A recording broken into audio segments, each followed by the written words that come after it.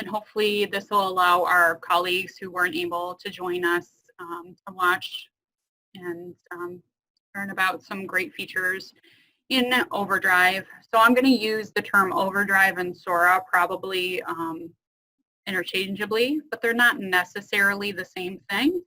The primary difference in terms of books they are and content they are, it's just in two different interfaces. So I'm going to start sharing my screen, let you guys see what I'm talking about, and we'll go from there. Screen. Okay, sure. Okay, so of course, as always, Andrea is monitoring the chat and giving everybody attendance. Yeah, yeah, she's waving, if you can see right behind me. So hopefully she'll let me know if there's any questions come up in the chat, and holler at me, or just unmute yourself and ask away. But again, everybody within the region has access to this, all C component districts and all OCM component districts. So you should be looking at my screen here. We've got a Google page. OCM, what was that? Yes, ma'am. Yes. So off of our SLS homepage, we can see some links for Overdrive. We just kind of have been slowly migrating to LibGuides off of our homepage. So we have an eBooks and Overdrive page here. And if you click on that button, there is a tab specifically for Overdrive. And this is just going to give you a general overview of some specific things that are a little bit different about Overdrive versus other of our ebook platforms. But the biggies are probably these printable getting started guides and web graphics. This is going to take you right out to our Google folder that has promotional materials, emails you can send to staff and teachers, pre-made.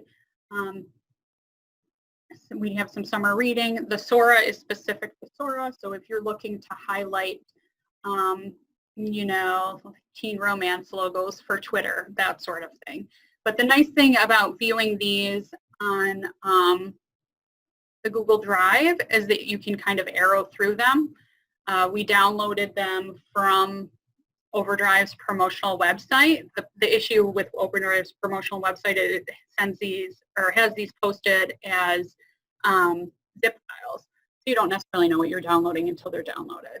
If you go through our Google file, you can kind of arrow through and pick and choose which ones you'd like to download and use for your social media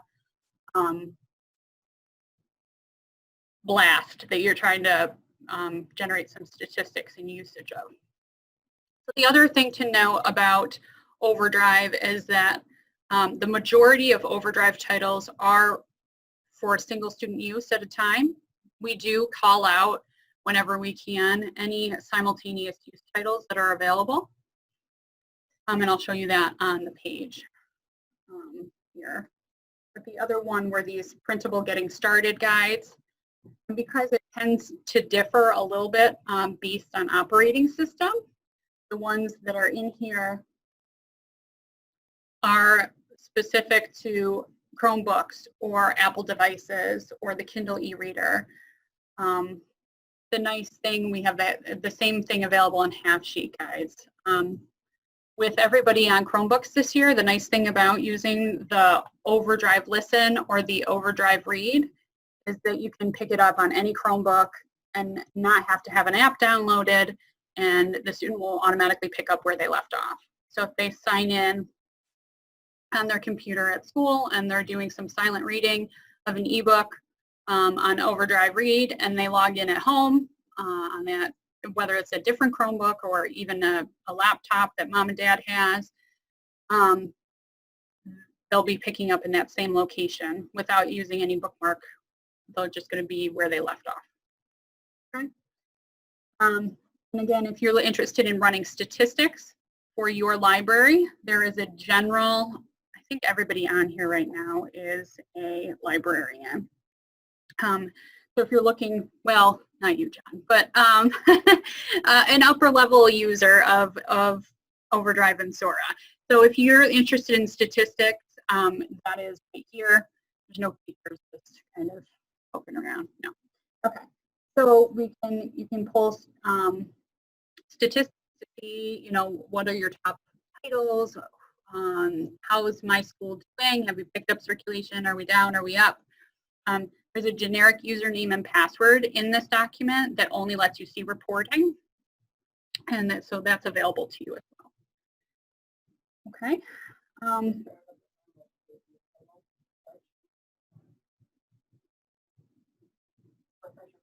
Okay. So Andrea also added the simultaneous use spreadsheet right here in the bottom. So that's a Google Doc that Andrea created, kind of curate or pull together all simultaneous use titles. We've had a lot of conversations over the summer about how to provide access to the same title during distance learning and the hybrid learning environment. So these are all things that we, so the diversity reads is something that was given to us by the publishers, and this might expire at any time. But classics, the West 40 diversity reads is all year? Till 2021. Okay, so these are till 2021. But the two classics, West 44, Spanish titles, and multi-copy titles are all things that we have forever and always. So Andrea, there was a super sale, and Andrea went in and bought basically of some Kate DiCamillo titles. So she bought 350 copies of Mercy Watson to the Rescue, and it was just Candlewick Press. So there's titles in there that you can definitely have a whole cohort on. The West 44 are high-low titles. Those are, and she labeled them as either juvenile or young adult. So high interest, low reading level. There's a great deal of social and emotional content in here. You know, some binge eating, that sort of thing. Cutting, Not Hungry is the binge eating one. The Spanish titles, some of these are bilingual, so they'll have it in both English and Spanish. And again, those are simultaneous use. So a whole class could be on those at the same time. And the two classics are your typical classics. And again, those are simultaneous use. So a whole class could be in. There's a few of those that are considered read-alongs. I think Pride and Prejudice is one of them. So it will read you the text of the book as you are seeing the visual of the words. Okay. So that's Overdrive, our Overdrive landing page. Oh, actually, I'm going to go back one step. So from this, I guess a few. No? Okay, I'll click on this button again. So from Overdrive here, if I click on this O2CM Overdrive catalog, that's going to take us back out to what we call Overdrive Classic. So we're trying to gently migrate people off of Overdrive Classic to what they call Sora. So again, same content are in both places, same titles. Check out. Right now, we're going to log in under my account, and you are going to see the same titles in both places. So we have turned on Google single sign-on for OCM BOCES. And that's available to anybody who is able to do so. I think the majority of you are on Google single sign-on with the exception of a few that we're trying to migrate that way. So I'm clicking on my Google account for OCM.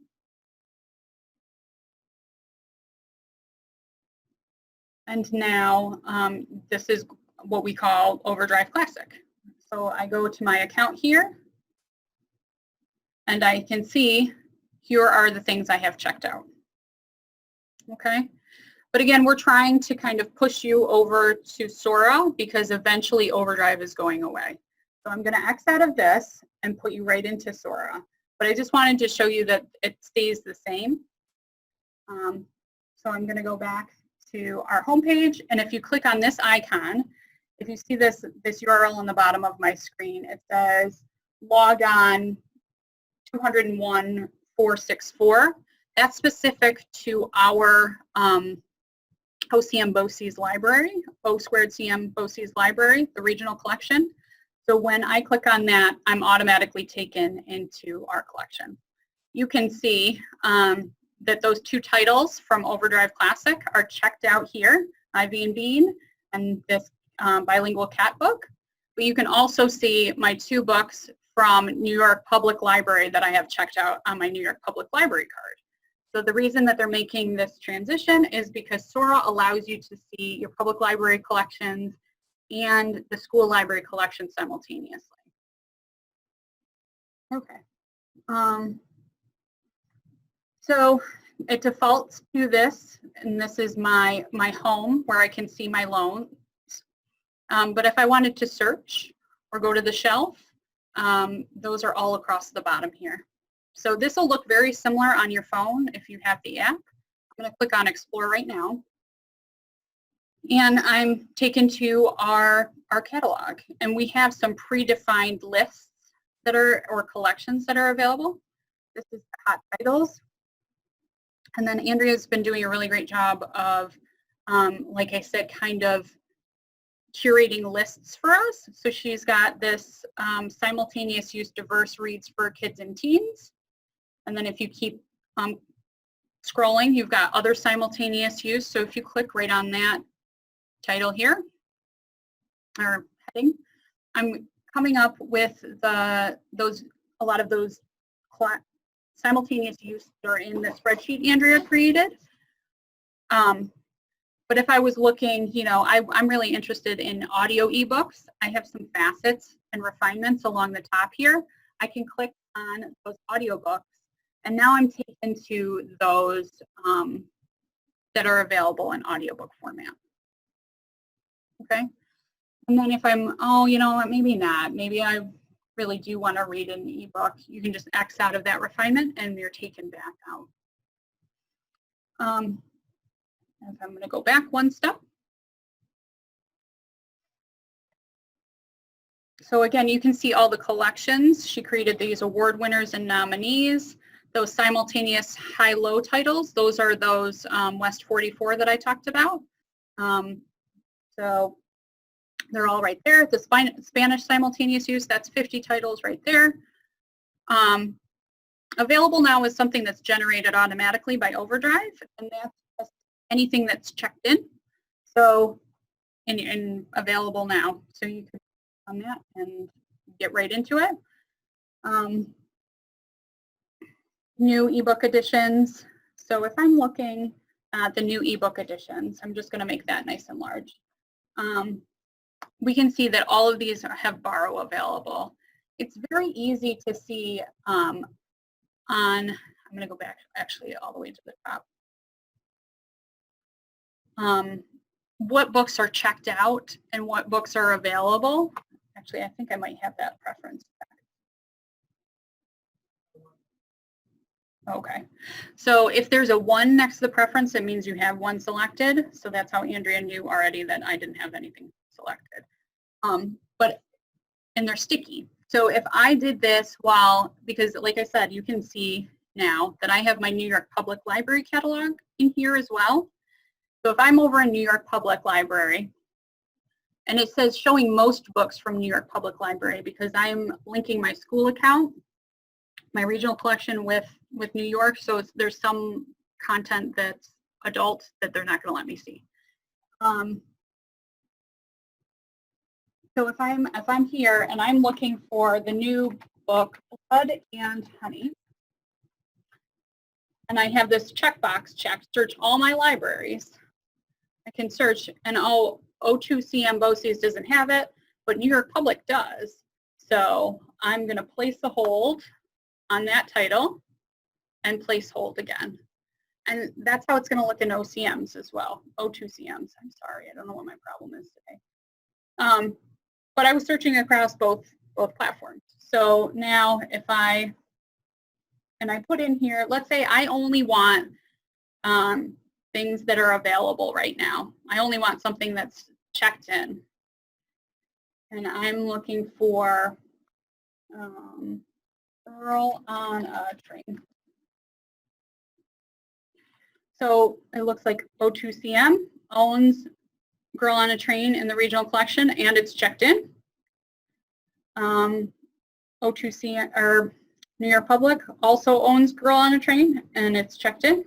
So it's really easy to tell. You can see the placehold. It's not checked in. I guess I didn't hit apply is the problem. So I need to hit available ebooks, apply, and now I don't see those items with placehold. Okay.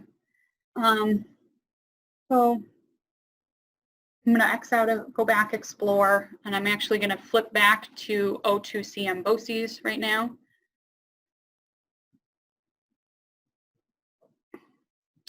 And this is another way to quickly get to the different collections. If I hit that collections button here, I can see we have the Battle of the Book list. We have simultaneous use, the high-lows, biographies. But for the littles, I like to point out these read-alongs. So again, we see I still have that one preference checked of I'm only seeing things that are available right now. So let's say you have a teacher run in and she's like, I want to use a read-along on my smartboard, but all of them are checked out.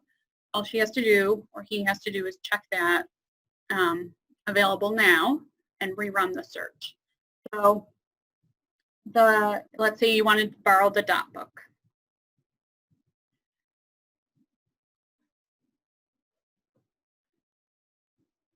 I'm going to just make sure that my system audio is being shared so you guys can hear this.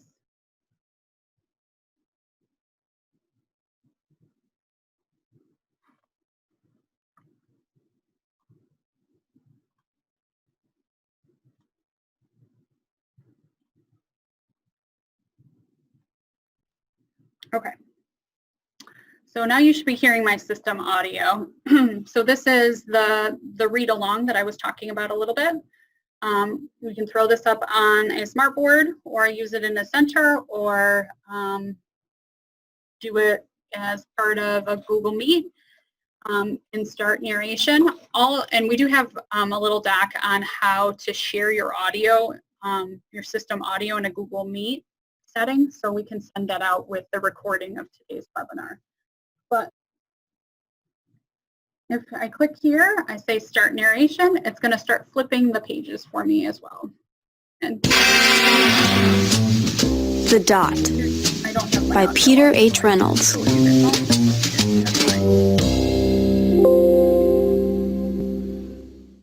Art class was over, but Vashti sat glued to her chair. Her paper was empty. So as you can see, it's an actor. It's not like a robotic read along, and you have it's just going to continue reading aloud. In some titles, it'll highlight the word as it goes, like Scaredy Squirrel. I know it highlights that as you go. And this is not the example I thought I was going to use today, so that's my bad for just immediately clicking on the first available thing. So that's available in that collection, read-alongs, but it's also available as a format.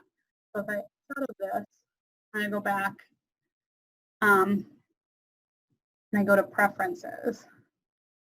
Oh, no, it's not a format. What is it? I swear it's a limiter.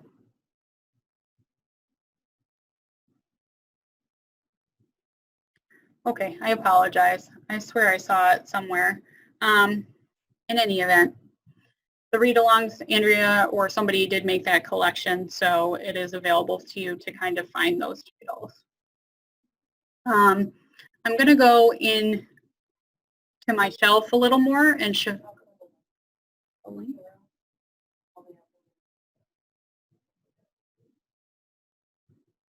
Oh yeah. So there's no, in Overdrive Classic, there was a link that used to like kind of bypass you having to pick the district from the drop down, but that wasn't available in Sora. So if you're running into an issue, it has been in the past where Sora like tries to use your geolocation or your IP address to kind of put you near your nearest school. Sometimes you can search on the school name or the zip code. to make you pull up your building, and then you would pick O2CM BOCES regional collection. Yeah. If you run into any issues with that, just let us know, and we can talk to the developers over at OpenDrive. So I'm actually, yeah, I'm gonna go in. So I pulled up my daughter's account here so you can see the sign-in process, but I actually did show you that on the other side. The thing I do want to show you is Ella is in here as a, and she's a first grader.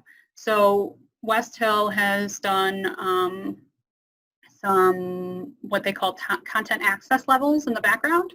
So we're in here as Ella, and her homepage, her hot titles list does not look like my hot titles list. She's not getting some of the hot titles that are categorized as adult. And when she searches for girl on a train, she's not getting the girl on a train with Emily Blunt on the cover. So that is controlled by the content access levels. So know that if you see something and you think it's not in the correct area, just let Andrea know and she can move those around.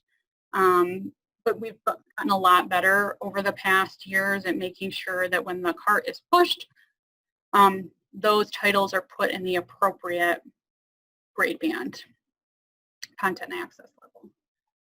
So again, it's just a little bit different here between what a student marked as a juvenile will see and what a student marked as an adult will see.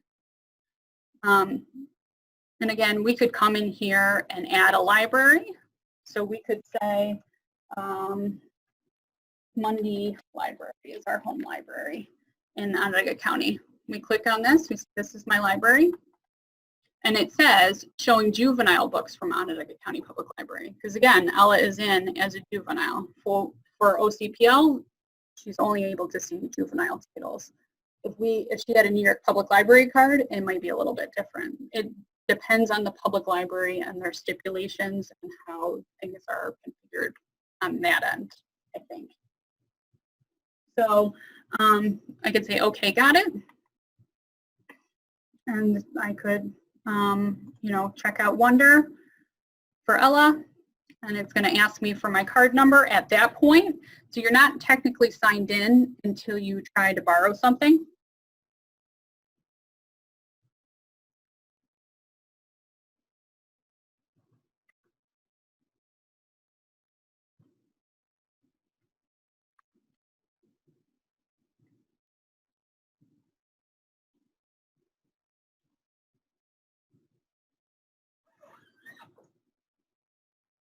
And now she's borrowed something on the county public library side of things.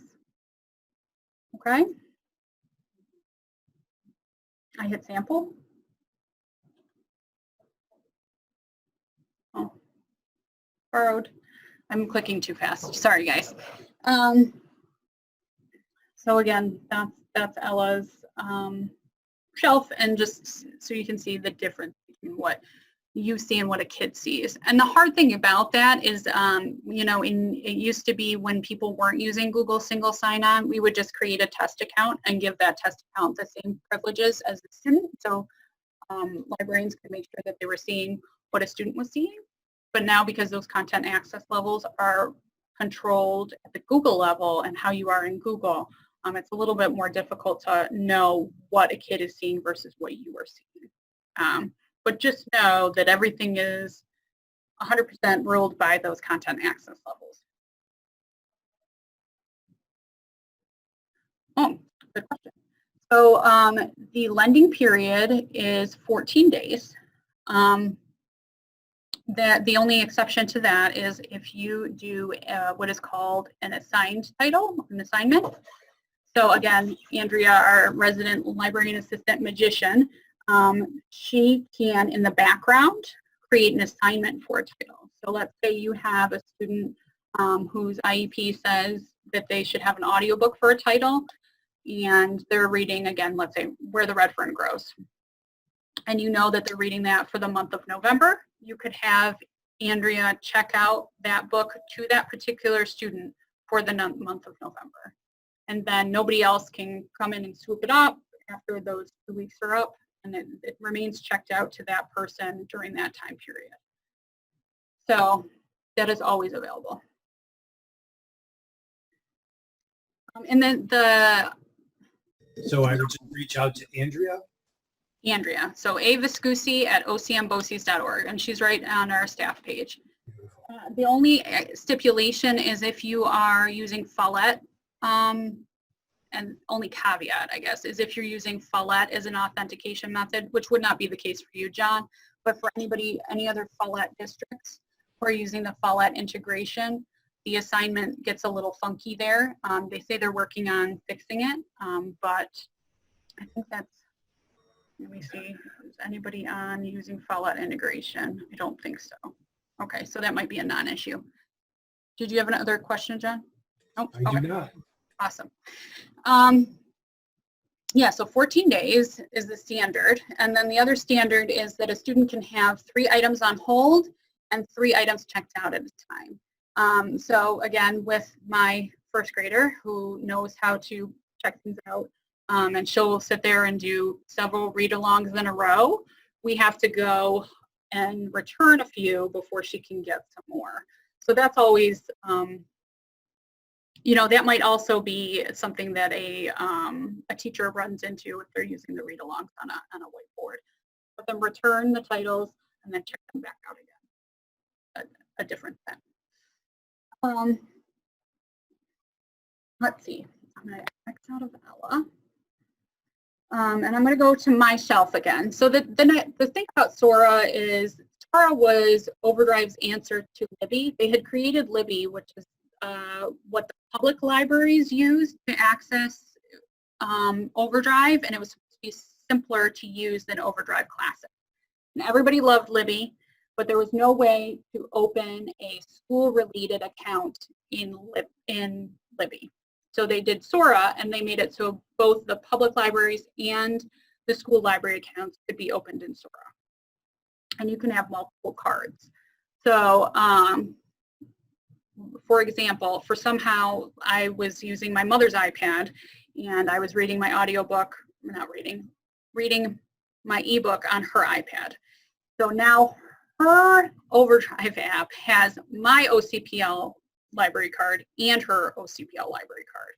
So if you have 2 kids in your house and they each have their own card, they can have both accounts on the iPad. That didn't happen in Overdrive Classic. So again, this is just things we're trying to think about more thoughtfully for a family who's sharing a mobile device. So the other thing for Sora is it's kind of gamified. You know, it's just visually a little bit nicer, a little bit cleaner. There's not as much going on in the background about the Adobe IDs and the digital rights management. You don't have to have 37 different accounts to be able to check out an ebook like you did in Overdrive Classic. So, but the gamified part is under this Me section. So this is my account, and you can see I've opened 71 books and I've spent 2 days reading, but I get these buttons where I have returned badges. That's the part I wanted. Badging. So I've passed it on, I've returned a book early. And if we were, you know, I've read before 7 a.m. Scary, huh? So I think, you know, it's kind of fun. And when you go back to the app after you've completed a task, it gives you this pop-up window and it'll say achievement unlocked. So right now, I was going to show you guys how to create a note and how to do some highlights and definitions within the ebooks, and we should hopefully get a achievement unlocked. So again, if I go to my shelf here, and I'm looking at the, let's do Ivy and Bean, and I can read right in my browser. And it'll look pretty similar on the app. Right now I have the side-by-side pages. You can opt by clicking here to go 1 page at a time. Okay, And I've got this, when the hand is kind of splayed like that, it means I can turn the page. And then if I slide this menu out from the right here by clicking on my waffle or hamburger, that's a hamburger, and open up the reading settings, I like my font to be giant. So you can bump it right up. I also really like to use the dark mode and have it be less strain for my eyes. Or if you have a kid with a visual impairment, they do have the high contrast available.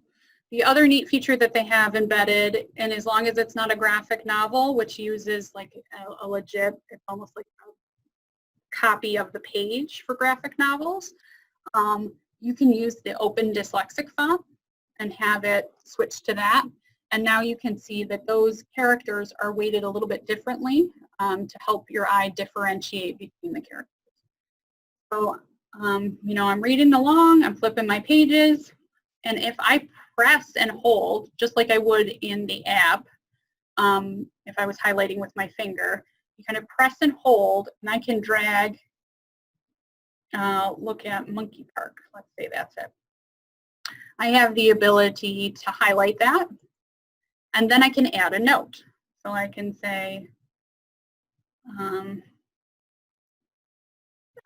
because I can't think of anything. I can change my highlighting color here as well. But let's leave it at pink because I'm feeling girly. And test, done. Let's say I'm not sure about the word fountain. So if I hold and click, I can do a definition here. And it comes with, from Oxford Dictionary, there's the definition of fountain. Okay. Again, water. I think now that I've said this, you can translate if you come all the way to the bottom here, but this relies on Google Translate. So depending on what you're looking to do, it might be appealing, it might not be. So it looks like it's taking just a minute to load here.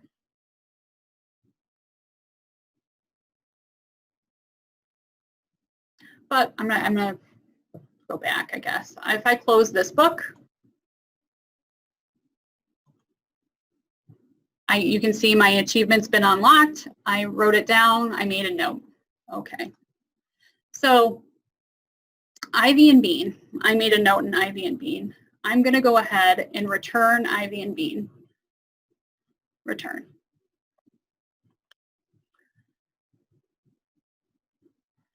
And if I come here,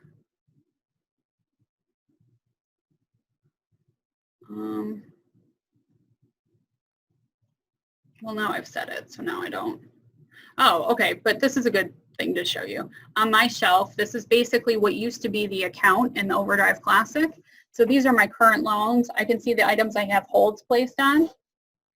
I can see lists. I can create a wish list, things I liked, things I didn't like, and then my history. So these are all the things I've had checked out since the dawn of our accounts. So again, we just converted to Google, so my account only goes back to July 4th. That is something to know. If you decide to go the way of Google, you will lose your current holds and circulation. Just an FYI. But if I come to home, this is where I can see my recently defined words. I can see all my defined words here. Okay, got it. Go back home, keep scrolling. You can see my highlights. And even though I checked Ivy and Bean back in, that highlight and note still remains. And it shows me where it is in the book. And then if I click on the book, I have the option to, I don't know if you saw that, I X'd out too quickly. I can copy those notes to Google Drive. So, you know, that's an interesting feature. And I love that it's again, sticky, it sticks. So even though that book's checked in, I still have that available to me. And I can copy to the clipboard, save to Google Drive, and it's still all there. And then it it recommends some things to me too, which is nice. I think I saw something fly up in the chat. Is that? Oh, Steve saying bye. Cool. Let's see. So again, if Andrea created an assignment for me when I signed on, and on my home page, there would be an assignment right here, and I could see it automatically. So there's the nice thing about that is an assignment as well is you don't have to worry about a book metering out. So the other thing about Overdrive is that the lending models that they're purchased under, books are purchased under, can differ by publisher. So if the publisher stipulates that His Majesty's Dragon is only good for 26 checkouts, or it's only good for 1 year, and in the middle of your checkout that year is up, it will continue until your assignment is over. Or if in the middle of your 14-day loan, the book expires out, you get to finish out your 14-day loan as well. So know that you're not going to run into anything like that. And that's right. So Andrea is reminding me that I was like, why is this relevant? So those ones that the publisher defined in the beginning, on our Explore tab, we had those simultaneous use verse titles. So let's say, and Andrea said these are good through 2021, June 2021. Let's say you're going to have every sixth grader read Almost to Freedom over the summer, or something, a whole class read. If you used to have them start on June 20th and you've assigned it to them, then in the middle of the checkout, it goes away that they've said, oh, no more diverse reads. They still get to continue with their accessing the book until that circulation or assignment is done. So it's a kind of a way around it. So if you guys are interested in assignments or a particular title, we're happy to work with you to make sure that your students have access during the time of the assignment. Okay, I've said a lot of words at you. Is there anything that anybody wants to see again slower, or is there a specific feature you want me to go over more in depth? I have a question, Allie. Yeah, hi Teresa. Hi, so I've been on and off, so I apologize if you already answered this and I missed it, but you had said when you logged, or when you clicked on the button for Sora, you had like a special link for Sora for OCM. Mm-hmm. So are those links available like for Fulton and Fulton Public Library already for Sora, or do we have to request it? For, so I think we're talking about two things kind of. Okay. So if you go to our homepage, and I'll put this in the chat right now. Yes. If you right click here and we copy this link address, this one, that link with the numbers at the end is specific to our regional collection, right? So it's going to dump the students right at that list where they pick your district. Can you show that again? I'm not seeing a link. Sure, I just threw it in the chat too, John. So, and I can send it out in the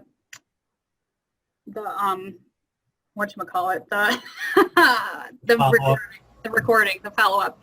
So if we right click here, and I can do like a copy link address. So that image, the hyperlink. So if I drop this into my bar here, paste, you can see it's got this number at the end, and again, it's just that number that takes the students directly to our list of districts. Right now it's defaulting because I'm already logged in. But if we were to start, let's say, an incognito window, and I use that hyperlink here, Control V, enter, again, sign into your school, and you should see all the OCM schools. Okay. Now, the odd thing here, I showed you guys, I'm signed in, how to sign in with your public library card. It's just, again, by name or zip code. So I think you said you were on and off, but I can show this again because I'm only signed in with my New York Public Library here. But if I do add library and I do click in here, I could do my zip code. Oh, I have extra digits there, 13219. I can see Onondaga County Public Library. And again, it's saying there that I'm seeing most titles. And right now, I'm again just searching. So if I hit Scaredy Squirrel and I ask to borrow, it's going to ask me to sign in with a public library card. Okay, I see. Thank you. Yeah, and I know that we had, I think there's a question, integrate these into our school library catalog. So the weird thing about Overdrive is those titles that meter out. So we've seen a lot of librarians add the MARC records for the ebook titles that they've purchased through Overdrive into their catalogs, but then ultimately take it out because it's come up that, oh, you know, we didn't rebuy the latest James Patterson after the 26 checkouts and it expired out of our catalog. But it's your record is still in your catalog, your automation system. So it would take a little bit of work on your part to make sure that you weren't necessarily garden pathing your students to a title that is no longer available. I mean, the same thing happens when books are lost on your shelf and that sort of thing, so it's completely up to you. We do have in our Google folder here. So again, if I'm in the LibGuide and I am on the Overdrive tab and I go to Printable Getting Started Guides and Web Graphics, there is a master MARC file, and that was updated last in 2018. So we can put up a new file with the more recent holdings, but those would be the MARC records to import into your catalog.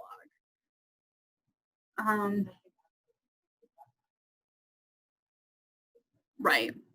So if we make a file right now, you know, we would probably have to come up with a procedure where, like, if Andrea pushes a cart, and sometimes Andrea pushes like 3 carts a week, we would have to come up with a procedure of where we would have to either send out ebook records or have where we would add these like once a month to the master file. And then you can continue to upload the same file over and over again, and it should just overlay new content. It's not going to create, your automation system should not create a duplicate record. Okay, Yali. Yes. Okay. So what about the ones that I purchased with my Overdrive account, though? Should I put those into my catalog? Because if they're one user, one checkout, you know, and they're not going to expire, should I download those records? I mean, again, totally up to you. It depends on how you want to train your students. If you want your books, like, so this is me being a former public librarian. I like the discoverability of having them in the app and the OPAC. And let's say, because I'm a person that's like, oh, I want to read the latest Sarah J. Maas, and I don't care how I get it in my hot little hands. I don't care if it's an ebook or if it's a physical book. So I'm going to, when I look at the OPAC, I'm searching on Sarah J. Maas, and it comes up as an Overdrive record, and I click and it links me out to Overdrive. I'm living, right? Right, So, that's what I'm wanting. Mm-hmm. yeah, so if it's one copy, one user, and you don't have, it's not necessarily going to expire, then sure, do it up. And I think, again, for discoverability's sake, heck yeah. It's just a management thing with the other titles that meter out. And I think with training the students to go directly to Overdrive, if they know, like, I know for, I think it was the 4th grade in Chittenango, they all had iPads, and the teacher would have them do silent reading by getting out their iPads and looking at a book on Overdrive. So they're not going to go to the library catalog first when the expectation is that they pick out an ebook, right? They're going to hop right on the app. So it's, again, kind of a case-by-case basis, I think, and just how the kids are approaching it. Makes perfect sense. And that's my word vomit of the afternoon. Yeah. Thanks.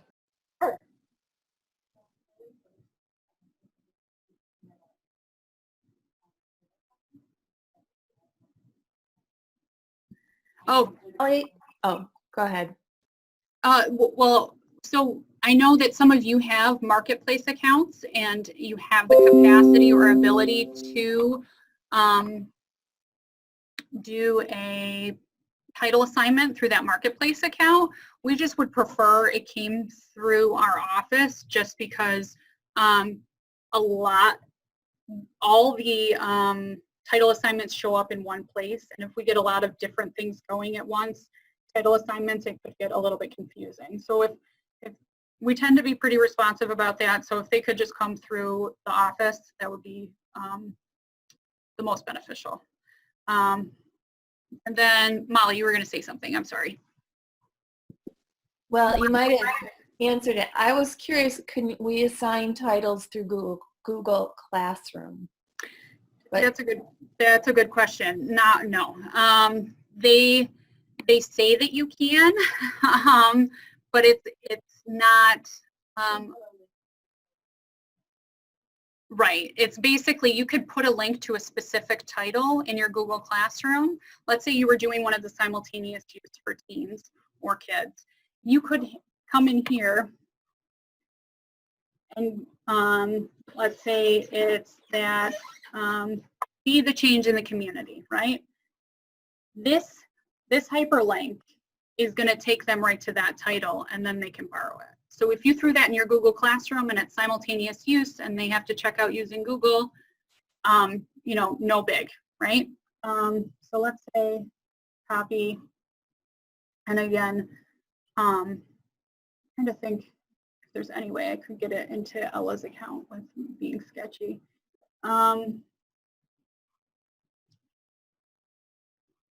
But it would be basically about like them clicking on the link without being signed in. So again, I'm in Ella's browser right now, paste and go. It's going to say, oh, pick your school. I'm going to come down again, hit West Hill, sign on using Ella. And I'm not taken back out to the general page. I'm going to be taken to that specific title. And now I have the ability to borrow and read it. So it's not, they say that it's an integration, but it's not really. The integration is just the assignment, I guess. It's not an integration, but if you want them to see that specific title, that would be the way to go. Does that make sense? I'm sorry. It makes sense, but you would only want to do that with a simultaneous use because you wouldn't want someone to check it out between the time you sent the link and them getting the assignment. Right. So the other thing you can do is let's say you were doing a biography assignment. You could establish a collection of biographies and then link them to this collection and say, check out one of these books on biographies. So I guess it really depends on the type of assignment you're doing. But you're right. You wouldn't want to, again, garden path them to something just to have it not be there, not checked out. And then the other thing is, because of the way COPA and FERPA and having children have email addresses in apps and whatnot, if a student was doing this on a device and let's say they downloaded it on an Apple, on an iPad, there's a little itty bitty box at the bottom of the sign up when you're logging in that says I'm under 13. And the only reason it's asking you that is that if you were over 13, it would ask you for an email address when you're creating a hold. So it could notify you when the hold becomes available. If you're under 13, you don't have that option. So when your hold becomes available, you either have to know by just checking regularly and your hold pops up on your shelf, or if you had the app installed, you would get a notification that your hold is available in either Android or iOS. But I'm not sure how it would, again, for the littles and holds and Chromebooks, I'm not sure. Okay.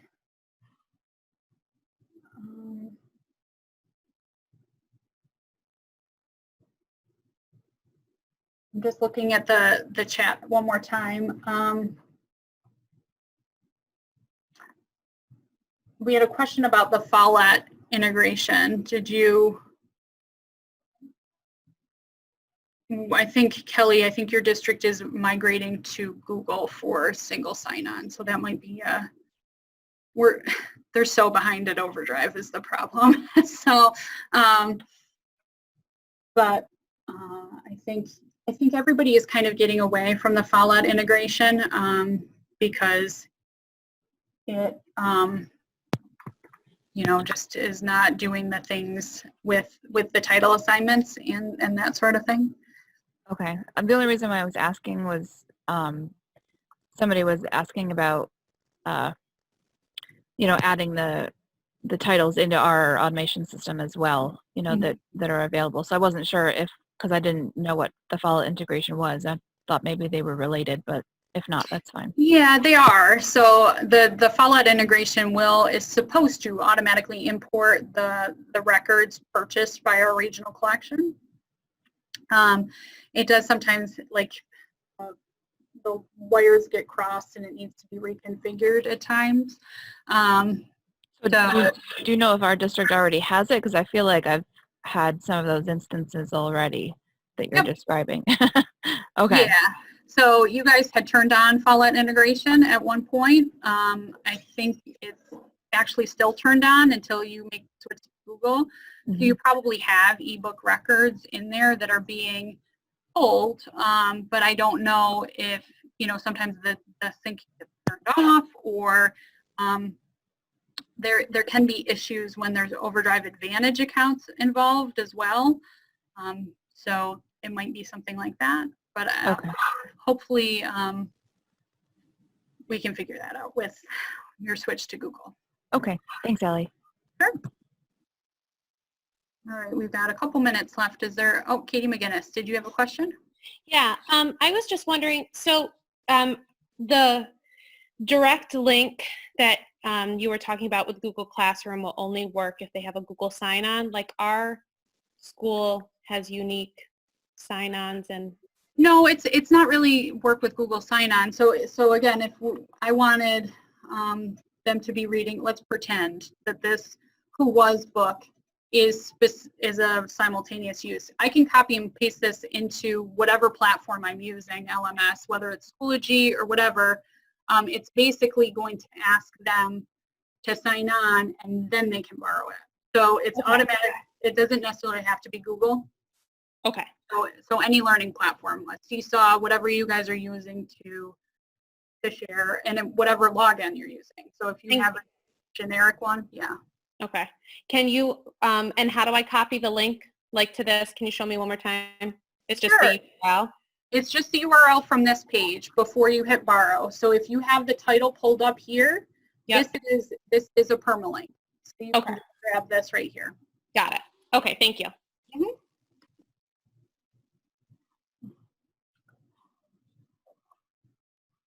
Okay, so do we have any other questions?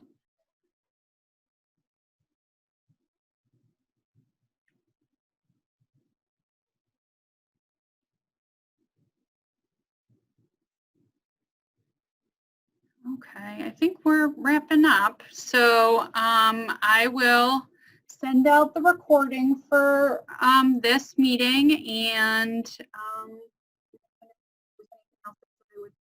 the hyperlink to put on your webpage that has the access to Sora content, and maybe the URL to our LibGuide so you can download any of the web graphics or getting started guides that you need to. So thank you all for coming, and thank you.